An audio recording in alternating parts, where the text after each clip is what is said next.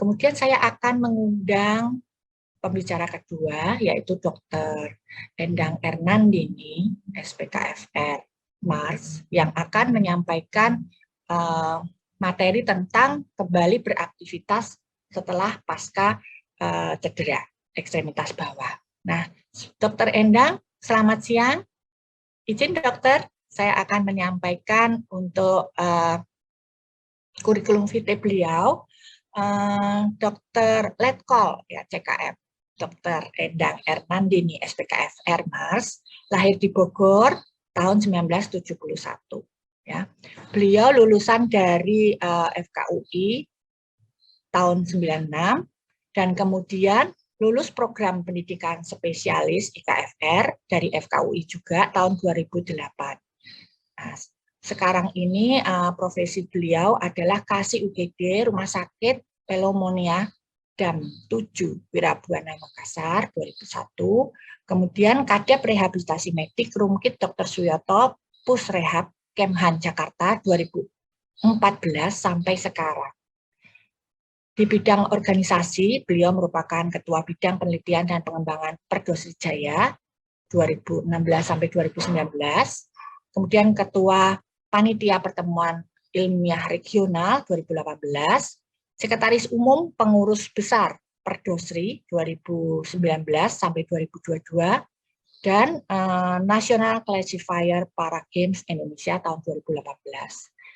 Kepada Dr. Endang, dipersilakan dok untuk menyampaikan materinya. Silakan dok. Terima kasih Mbak Tanti. Mbak Tanti yang tetap Ayu. Sesuai dengan namanya Dr. Tanti Ayu. Izin saya akan share screen pembahasan kita pada sore hari ini. Selamat sore untuk para senior dan juga teman-teman sejawat. Kita sampai di penghujung pembahasan rehabilitasi medik untuk acara studium generale, dan mungkin apa yang saya ceritakan di sini karena sudah banyak diceritakan oleh para teman sejawat saya sebelumnya, saya akan membuat sebuah sedikit show off ya dari berbagai senjata yang rehab medik miliki sampai hari ini. Dan tetap diingat bahwa the very important is the man behind the gun. Jadi walaupun senjatanya hebat gitu, tapi yang paling penting adalah manusianya yang mengoperasikan senjata itu supaya para pasien kita bisa kembali pulih pasca cedera dengan sebaik-baiknya untuk mempersiapkan kembali ke aktivitas mereka. Ya, di sini ada ilustrasi bagaimana mereka selesai cedera, dilakukan operasi atau pemulihan pada masa akut, dan kita akan berjuang bersama dalam sedini mungkin untuk mobilisasi dalam masa subakut sampai mereka terjadi penyembuhan secara optimal. Walaupun kadang sering kita tidak bisa mengembalikan lagi fungsinya seperti dia sebelum cedera. Seperti yang terlihat di gambar di sini ya, salah satu anggota kami yang harus tetap berjuang dengan kursi roda, tapi tetap bisa memberikan penghargaan yang baik untuk Indonesia. Sebentar. Lalu, sebentar.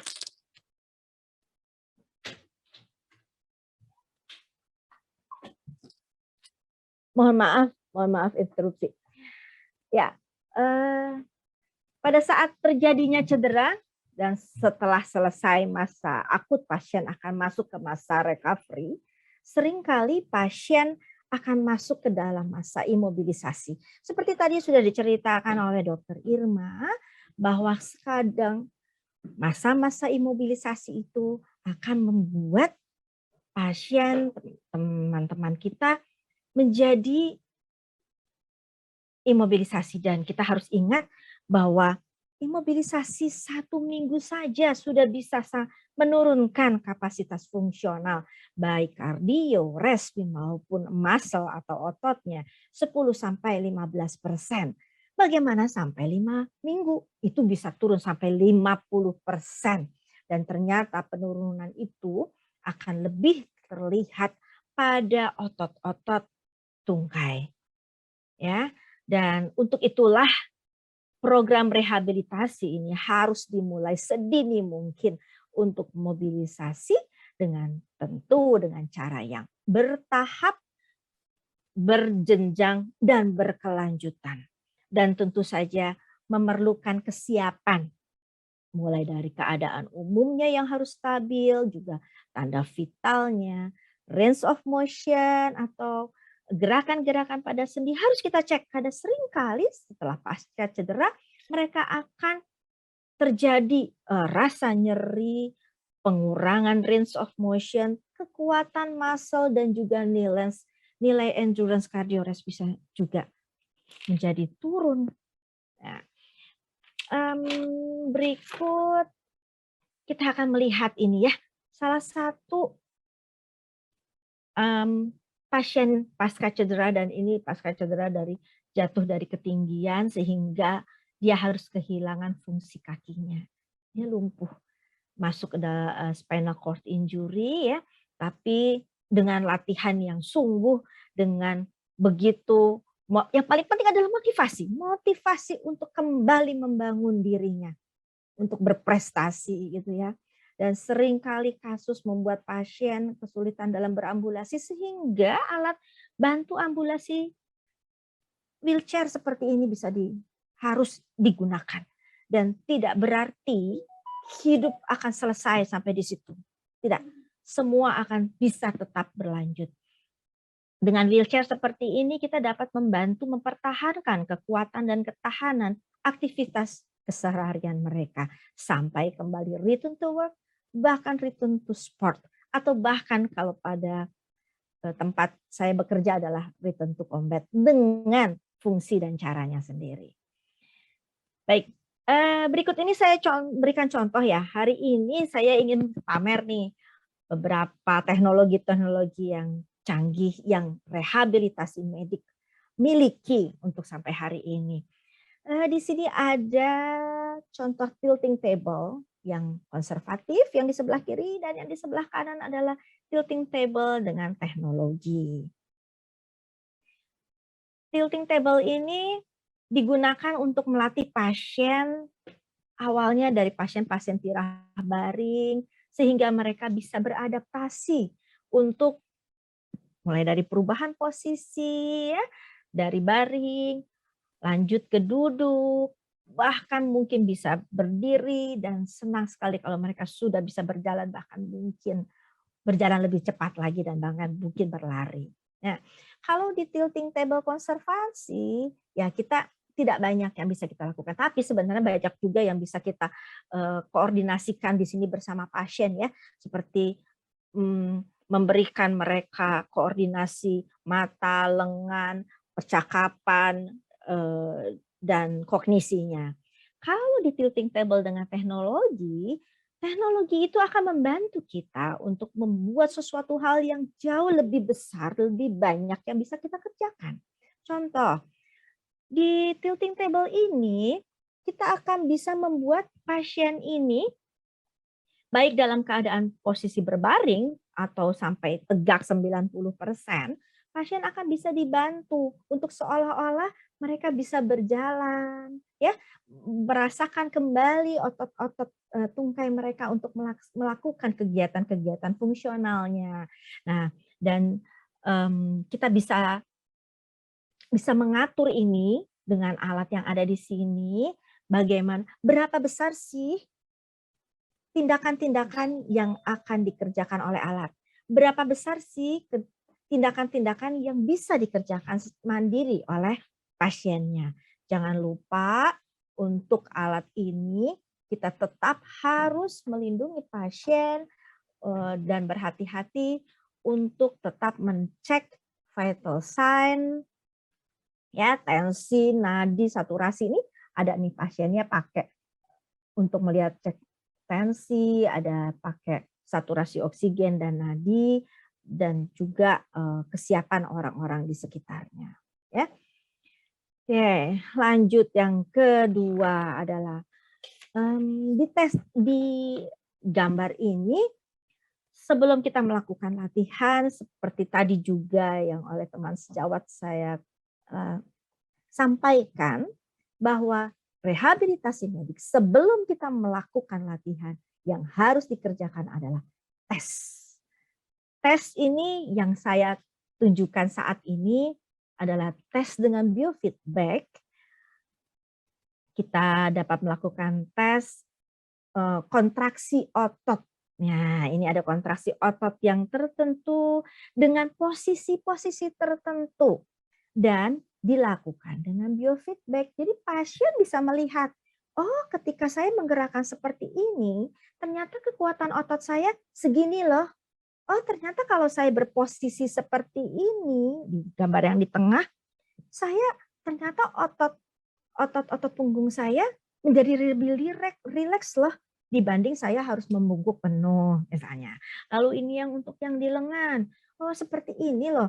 Dan cerita di biofeedback ini bisa dibuat menyenangkan karena banyak sekali permainan-permainan di dalam komputernya. Jadi orang itu termotivasi dan merasa senang untuk tetap melakukan latihan dan bahkan untuk melakukan tes, ya. Jadi kalau di rehabilitasi medik itu tes itu suatu alat atau suatu tindakan itu bisa saja merupakan tes yang akan menjadi data dan akan menjadi evaluasi kita kemudian, tapi bisa juga sekaligus untuk melakukan terapi latihannya, exercise-nya, gitu ya. Sehingga bisa mengurangi nyeri, bisa memperkuat otot, bisa memperluas range of motion.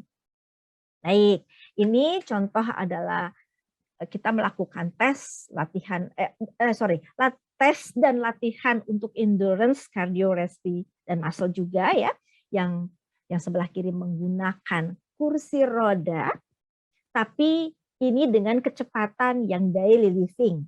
Ya, ada yang keadaan kegiatan sehari-harinya kecepatan kursi roda itu seperti itu. Berbeda kalau kita melakukan tes seperti yang digambar yang di tengah.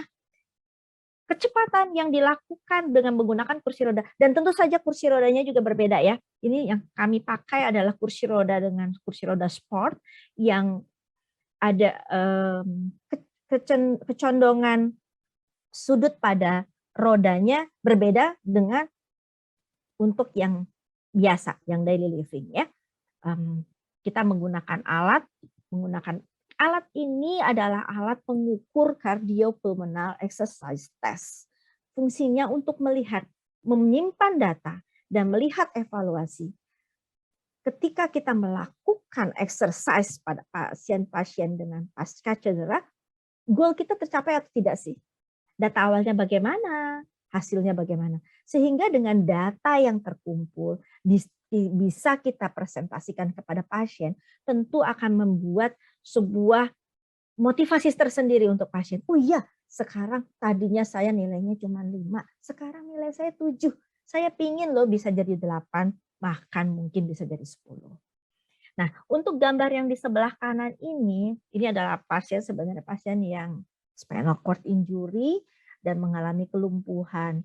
Alat ini adalah robotik yang dengan penyangga ya, sehingga pasien yang lumpuh sekalipun bisa diberikan sensasi untuk berdiri lagi, untuk bahkan bisa berjalan, melangkah, dan bahkan bisa berlari di alat treadmill seperti ini. Di depannya ada kamera dengan biofeedback, dengan game-game yang asik untuk diikuti, sehingga dia bisa seolah-olah menggerakkan kemampuan kakinya, bukan hanya kaki ya, tapi dari leher, kerang, paha sampai kakinya untuk berfungsional seperti semula gitu. Dan robotik ini bukan hanya untuk spinal cord injury, tapi juga bisa memperbaiki langkah atau pola jalan untuk pasien-pasien stroke ya, bisa juga untuk pasien-pasien dengan kaki yang patah, untuk recovery kembali ya, ligamen dan sebagainya. Berikut ini adalah juga contoh mesin fine motor biofeedback. Kami menggunakan, kami senang menggunakannya dengan game-game ya, karena dengan game itu, tapi tentu gamenya yang sudah dirancang demikian rupa sehingga pasien itu bisa melihat kemampuan bagaimana dia berkoordinasi antara mata, dengan balance duduknya, dengan kekuatan lengannya, dengan kemampuan jari-jarinya ya. Dan juga bisa mencapai target. Ini saya mau targetnya segini. Itu ada di situ. Kalau yang di sebelah kanan ini adalah kumpulan alat-alat, sebenarnya alat-alat keseharian yang tapi sudah dihimpun secara baik untuk membuat exercise ini lebih terarah dan menyenangkan. Ini contoh alat yang tadi, yang di sebelah kanan tadi, kita bisa melatih pergelangan tangan, lalu yang di sini, yang di tengah ini bisa untuk supinasi, pronasi, ya, dan itu juga yang di ujung kanan itu bisa untuk melatih menggerakkan kunci, membuka tutup botol, dan sebagainya. Nah, alat-alat seperti ini memang dibuat untuk ke arah rehabilitasi yang lebih fungsional. Sehingga pasien tidak hanya sekedar disuruh gini, ayo angkat tangannya, ayo turunkan tangannya, angkat kakinya, gerakin ankle-nya. Bukan, tapi membuat seorang pasien bisa menjadi fungsional dalam kegiatan sehari-harinya. Itu yang terpenting dari rehab medik. Ya. Dan di sudut kiri atas, ini ada alat seperti sebenarnya seperti setir di film, sayang ini filmnya nggak kelihatan ya. Ini game yang sangat menyenangkan ya. Ini untuk koordinasi antara mata, terang, lengan, jari ya. Kita bisa melihat dengan permainan itu bagaimana kita bisa berkonsentrasi. Kita mempunyai endurance otot yang cukup, mempunyai gerakan kanan dan kiri yang stabil. Kalau ini kanan dengan kirinya beda, itu jadinya juga ngaco. Dan itu kadang-kadang bisa bikin bercanda ya di antara kami, jadi semangat untuk mengikuti exercise itu tetap. Oke. Ini adalah gimnasium besar kami dengan gross motor biofeedback. Di sini kita bisa belajar sama-sama, semua di depannya ada video besar. Di depan pasien ini tidak terlihat, ada video besar bagaimana ketika dia harus menggerakkan tungkainya. Kalau dengan duduk bisa dilihat kekuatan femurnya, bisa kekuatan. Lalu kalau untuk dia supine atau prone, apa itu tengkurap, bisa kita lihat kekuatan hamstring dan sebagainya. Dan juga bisa melihat kekuatan lengannya juga ya. Jadi bisa dilihat apa yang saya kerjakan dan saya mau seperti apa, gitu. Dan untuk hati-hati untuk mesin-mesin seperti ini, kita tetap harus kembali ke protokol keselamatan untuk pasien. Cek tanda vitalnya, cek ROM-nya, range of motion untuk pasien, untuk bisa melakukan dengan alat-alat robotik seperti ini. Nah, yang di tengah ini salah satu anggota saya dengan amputasi kaki, ya pas gini, tapi dia punya kekuatan balance yang cukup baik dan sekarang dia seorang atlet sepeda bicycling. Ya, belajar awal dari mulai menjaga kestabilan dan dengan alat yang bukan hanya sekedar alat ya, tapi juga bagaimana mengedukasikan dia untuk membuat gerakan-gerakan yang baik. Begitu. Hidroterapi merupakan ya latihan di kolam renang yang cukup sangat menyenangkan dan digemari oleh pasien-pasien saya. Dan karena hidroterapi ini dapat mengurangi nyeri dan mengurangi tekanan atau beban pada sendi. Seringkali sebelum kami harus melaksanakan kegiatan exercise pada robot-robot seperti itu, kami akan memulainya dulu dengan hidroterapi. Hidroterapi ini bisa dilaksanakan bersama kami, bersama terapis, bersama dokter ya, dengan guidance tertentu, terutama untuk pasien-pasien yang belum ready dan belum mandiri, atau mereka bisa melaksanakan sendiri secara mandiri. Yang di sebelah kanan ini kolam renang ya. Jangan dipikir kolam renang tidak bisa menjadi sarana untuk hidroterapi untuk pasien-pasien mandiri. Bisa saja. bisa untuk menguatkan otot, meningkatkan range of motion, bahkan untuk meningkatkan kardiorespirasi, untuk persiapan mereka untuk beraktivitas kembali, kembali return to work, return to sport, bahkan di tempat kami adalah return to combat. Nah, sekali lagi, aktivitas exercise pada rehabilitasi medik bertujuan untuk aktivitas keseharian. Kita bisa membuat keseharian pasien ini tugasnya apa ya? Pasien ini hobinya apa ya? Gitu. Kebetulan ini di sebelah kiri saya ada pasien yang stroke ya, dan beliau harus punya aktivitas hobinya bikin anyam-anyaman gitu. Dan disinilah kita mengajar kembali ketika fine motornya sudah mulai kembali baik, kita belajar lagi untuk keseharian sehari-harinya. Ini loh, ternyata dia sampai iya saya harus bisa kembali gitu. Walaupun mungkin tidak semua pasien bisa kembali untuk beraktivitas seperti awal, tapi ada sesuatu jalan dan suatu harapan. Saya ingin melakukan supaya hidup saya lebih mandiri, supaya hidup saya, kualitas hidup saya akan lebih baik. Baik, kita kembali ke acuan untuk wheelchair ya. Tadi ya saya gambarkan ada seorang yang beberapa pasien kita yang kadang sering harus menggunakan wheelchair untuk perjalanannya.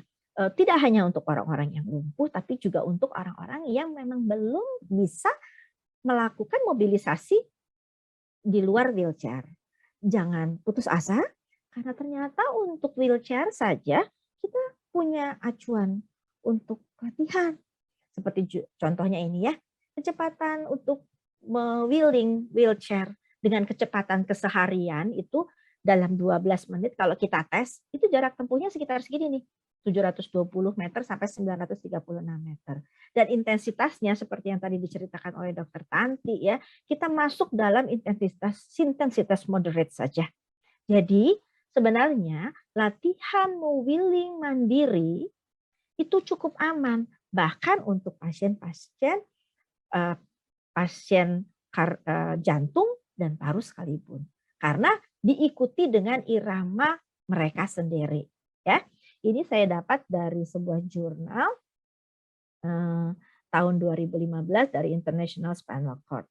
Dan yang di sebelah kanan, yang ini adalah penelitian kami dengan kecepatan latihan yang harus ditempuh seseorang dalam 12 menit dengan kecepatan yang secepat-cepatnya. Ternyata walaupun melakukan wheeling wheelchair dengan kecepatan yang secepat-cepatnya, tetap saja untuk usia-usia di bawah 40 tahun intensitasnya tetap berada di moderate intensity. Dan ini adalah jaraknya ya, sampai 1550. Dan lalu untuk usia-usia yang di bawah, usia-usia yang sudah mulai senior, hati-hati dan pasti saja jarak tempuh mereka juga akan turun dibanding jarak-jarak pada usia-usia yang lebih muda. Dan intensitasnya, lihat ternyata masuk ke intensitas berat. Tapi ini adalah pada saat mereka harus racing. Kalau enggak racing, ya enggak. Tetap saja kecepatan dari wheelingnya adalah masuk ke dalam intensitas ringan. Intensitas moderate. Nah, untuk membuat seorang pasien bereksersis, kita juga harus punya goal yang pasti. Pasien ini kita akan latih untuk ketahanan, endurance kah? Atau untuk kekuatan, fungsi kekuatan dari otot.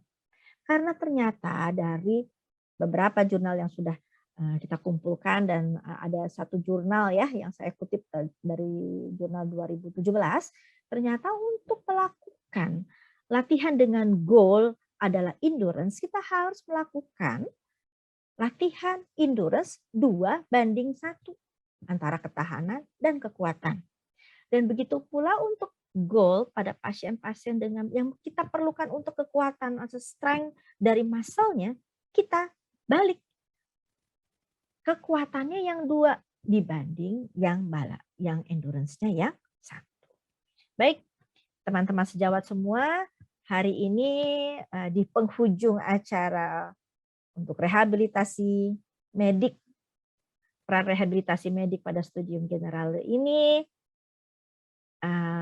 saya sudahi. Semoga bisa bermanfaat dan teman-teman semua dimanapun Anda berada, teknologi memang membantu. Tapi itu hanya salah satu jalan bagaimana kita bisa mengedukasi pasien dan mengajak pasien untuk lebih termotivasi untuk exercise. Pada dasarnya kita harus bisa memotivasi pasien dengan peralatan atau tanpa peralatan yang sesederhana mungkin. Begitu? Terima kasih.